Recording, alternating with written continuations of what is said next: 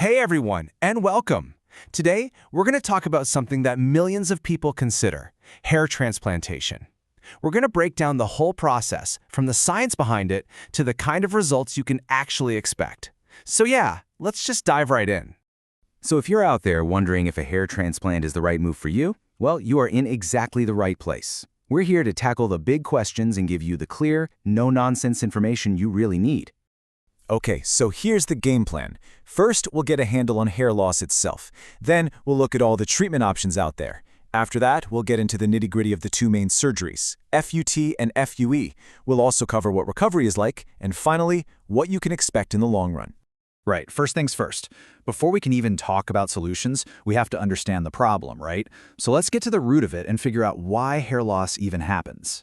So what is a hair transplant, really? I mean, at its simplest, think of it like a highly specialized moving service, but for your own hair.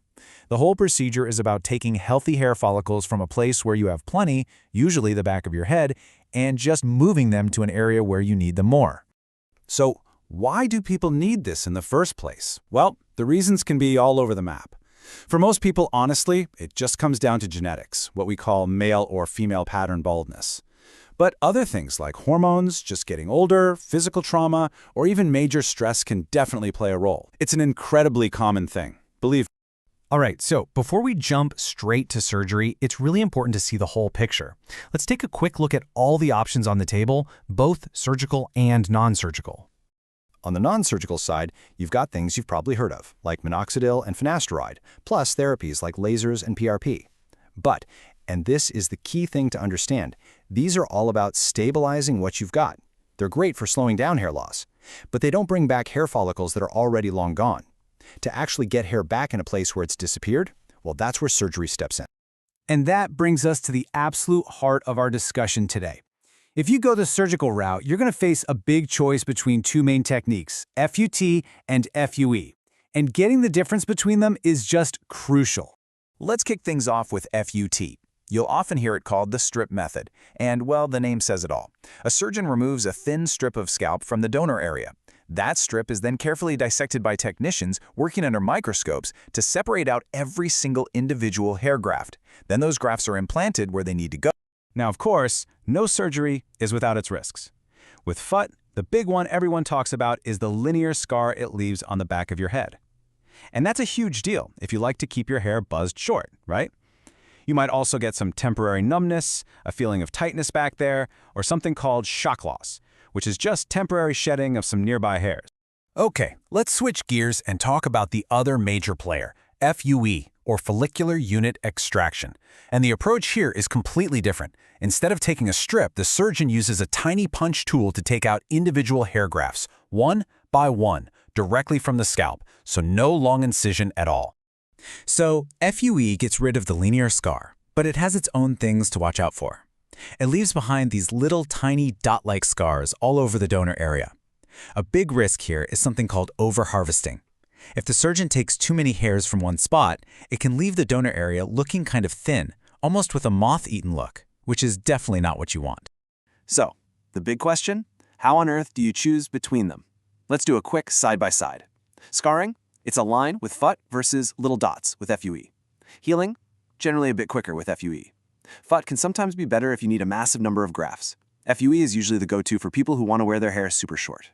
Look, at the end of the day, there's no single best answer. It all comes down to you, your hair, and your goals. Okay, so the surgery's done. You're out of the chair. Now what? The recovery part of this is a marathon, not a sprint, and it's so important to know what you're in for.